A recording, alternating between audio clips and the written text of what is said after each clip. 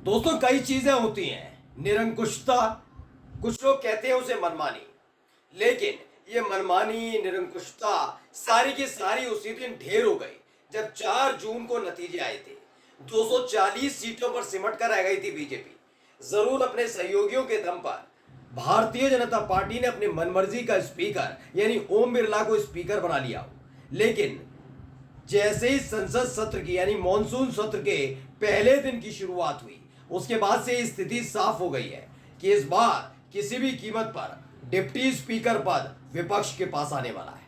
जी हां, आने वाला नहीं है, बल्कि आपको नाम बता देता हूं आपसे, अवधेश प्रसाद। जी हां, अयोध्या से समाजवादी पार्टी के सांसद अवधेश प्रसाद डिप्टी स्पीकर हो गए।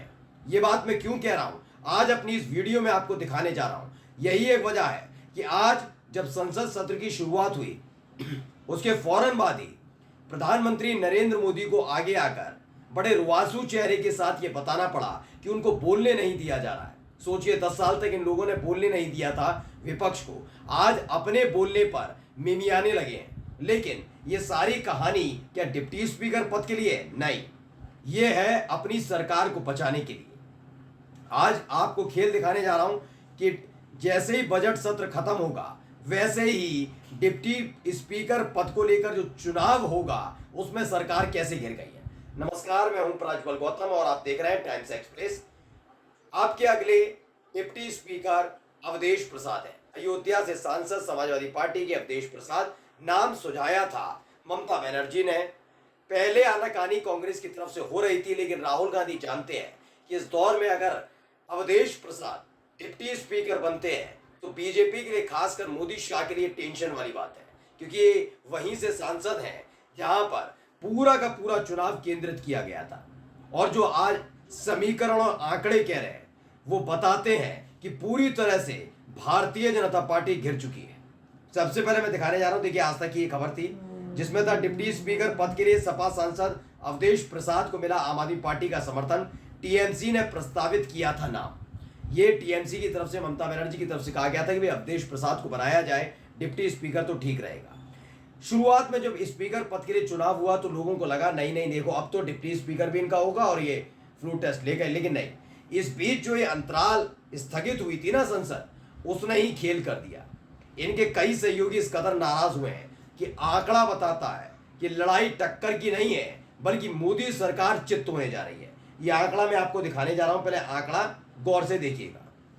सबको पता है 291 सांसदों के साथ मोदी जी प्रधानमंत्री बनकर बैठे हैं। 291 में से 240 अपने हैं, उसके बाद टीडीपी के 16, 12 जनता दल यूनाइटेड के, 5 चिराग पासवान के, इधर उधर आए दाएं बाएं ऐसे करके, यानी ऐसे करके। अब क्या है खेल, अब मैं आपको बता देता हूं। इंडिया गठबंधन के पास इस समय 252 सांसद है। ये आंकड़ा याद रखिएगा क्योंकि यही आंकड़े से खेल होने वाला है। दरअसल हाल ही में जनता दल यूनाइटेड ने जो फैसला लिया है वो भारतीय जनता पार्टी के लिए किसी ग्रहण या प्रकोप से कम नहीं है। दरअसल जनता दल यूनाइटेड, वैसे ही नीतीश कुमार नाराज क्यों चल रहे हैं, क्योंकि अश्विनी चौबे ने जो बयान दिया था कि 2025 का चुनाव नीतीश कुमार के नेतृत्व में नहीं लड़ा जाएगा। ये फैसला लिया जाएगा 2025 के विधानसभा चुनाव के बाद कि बीजेपी का कौन सा नेता मुख्यमंत्री बने बिहार का। तब से वो नाराज थे। अचानक से प्रधानमंत्री मुलाकात करते हैं 12 सांसद जनता दल यूनाइटेड के और दबाव बनता है नीतीश कुमार पर। संजय झा को जबरदस्ती बनवा दिया जाता है राष्ट्रीय कार्यकारी अध्यक्ष, जबकि मनीष वर्मा को लेकर उत्साहित नजर आ रहे थे नीतीश कुमार। यानी इस हरकत से इस कदर नाराज हुए नीतीश कुमार कि झारखंड में जो इसी साल के आखिर में चुनाव होने जा रहा है, वहां बीजेपी के खिलाफ जो मोर्चा खड़ा हुआ है उसके साथ गठबंधन कर लिया, भारतीय जनता मोर्चा सरयू राय के साथ। इसी को सुनने के बाद बीजेपी सत्ते में आ गई थी। माना जा रहा है कि सरयू राय के साथ जाने के साथ ही सबसे बड़ा धमाका होगा, क्योंकि इस आज ही, यानी कि जैसे ये निकल कर आया कि भाई बातचीत चल रही है, तमाम चीजें हो रही हैं, एक दिन पहले ही आपने देखा, मैंने आपको दिखाया भी, बिहार को विशेष राज्य का दर्जा नहीं मिलने जा रहा, जो सबसे प्रमुख मांग जनता दल यूनाइटेड और नीतीश कुमार की हुआ करती थी। इसको लेकर नाराजगी है और उसके बाद बैठकों का दौर जनता दल यूनाइटेड में शुरू हो गया। करना क्या है, संजय झा को नहीं बुलाया, अशोक चौधरी जो हमेशा परिवर्तन जब जब हुआ, जब जब पलटे नीतीश कुमार वो नजर आए, और तो और मनीष वर्मा जो खासम खास माने जाते हैं जनता दल यूनाइटेड के, वो नजर आए। यानी कुल मिलाकर जेडीयू पलटने जा रही है। बजट सत्र के फौरन बाद ही डिप्टी स्पीकर पद के साथ ही बता दिया जाएगा कि प्रधानमंत्री अपने आप इस्तीफा देंगे या सरकार गिरेगी। 12 सांसद जनता दल यूनाइटेड के इंडिया गठबंधन में शामिल होने जा रहे हैं, इसकी पुष्टि हो गई है।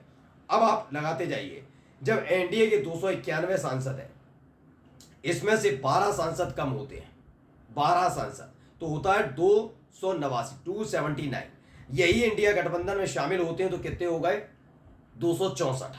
अब आइए लोक जनशक्ति पार्टी रामविलास। दरअसल हाल ही में जो घटनाक्रम मुजफ्फरनगर के अंदर घटा, उसे देखने के बाद सत्ते में आ गए थोड़े खुद ही चिराग पासवान ये समझ गए कि चूंकि उनका वोट बैंक जो अपने इलाके का है या फिर उनके करीबों उनके समर्थकों का, उनकी जाति का है, वो तो ही है, लेकिन मुस्लिम भी उन्हें वोट कास्ट करते हैं। बीजेपी की तरह नहीं है कि सुबह शाम मुसलमानों को गंदी गंदी गालियां दी जाए, धमकियां दी जाए, ऐसा नहीं है। तो लोक जनशक्ति पार्टी रामविलास यानी चिराग पासवान की पार्टी भी साफ तौर पर इस मुद्दे पर बिखरी हुई नजर आई थी, जिन्होंने हाल ही में चुनौती भी दी थी। वो बात अलग है कि बीजेपी ने फैसला वापस नहीं लिया, फैसला किसने वापस दिलवाया? सुप्रीम कोर्ट ने।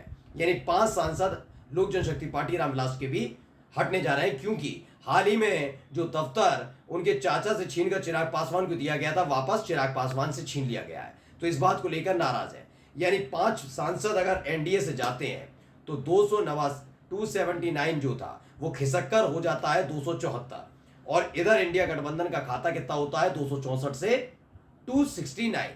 अब आइए अपना दल एस काफी लंबे समय से अनुप्रिया पटेल ये कोशिश कर रही हैं कि कैसे भी करके हम इनके साथ रह नहीं सकते हैं, इसलिए आरक्षण का मुद्दा, अवैध वसूली का मुद्दा, ना उनके पति आशीष पटेल ना वो बीजेपी की किसी मीटिंग में जा रहे हैं, ये नाराजगी जताई जा रही है। अनुप्रिया पटेल ने तय कर लिया है कि अगर भविष्य तलाशना है उत्तर प्रदेश के अंदर तो अखिलेश यादव के साथ जाना होगा। यानी कुल मिलाकर एक सांसद जो अनुप्रिया पटेल खुद हैं वो भी जा रही हैं छोड़कर एनडीए। ये साफ है। देखिए आप जब देखेंगे ना डिप्टी स्पीकर का पद के चुनाव, उस समय वो करेंगी ये, क्योंकि अवधेश प्रसाद खुद पिछड़े समाज से आते हैं, चिराग पासवान पिछड़े समाज से आते हैं, नीतीश कुमार पिछड़े समाज से आते हैं। यानी कुल मिलाकर सब अवधेश प्रसाद के नाम पर वोट कास्ट करेंगे। यानी एक सांसद अगर जाता है और तो ये घटकर और हो जाती है इनकी संख्या, और ये हो जाते हैं 273, और यहां बढ़ जाता है 264 के बाद 5, 269 और 270 इंडिया गठबंधन के खाते में। अब आ जाइए आरएलडी का जिक्र करते हैं। दरअसल पिछले कुछ दिनों से आरएलडी लगातार टूट रही है, सब देख रहे हैं। जयंत चौधरी जो उनके अपने खासम खास उनके दोस्त हुआ करते थे, वो छोड़ कर जा रहे हैं मुसलमानों के मुद्दे पर, जाटों के मुद्दे पर। जाट भी नाराज चल रहे हैं और ये समझ गए हैं जयंत चौधरी कि अभी जो लोकसभा चुनाव होने जा रहा है उस चुनाव में भी उनको तवज्जो नहीं दी जा रही। उनकी अपनी एक पार्टी, उनकी अपनी सीट हुआ करती थी मीरापुर, मुजफ्फरनगर की मीरापुर, वहां से उनके विधायक हुआ करते थे, वो सीट भी बीजेपी छीनने के लिए तैयार बैठी है। ऐसे में वो दोबारा इंडिया गठबंधन यानी खासतौर पर समाजवादी पार्टी के साथ जाने के लिए तैयार बैठे हैं। 2 सीट वहां कम होती है तो हो जाती है 272, और इनकी बढ़कर भी हो जाती है 272। यानी कांटे की टक्कर नजर आ रही है, लेकिन कांटे की टक्कर नहीं है।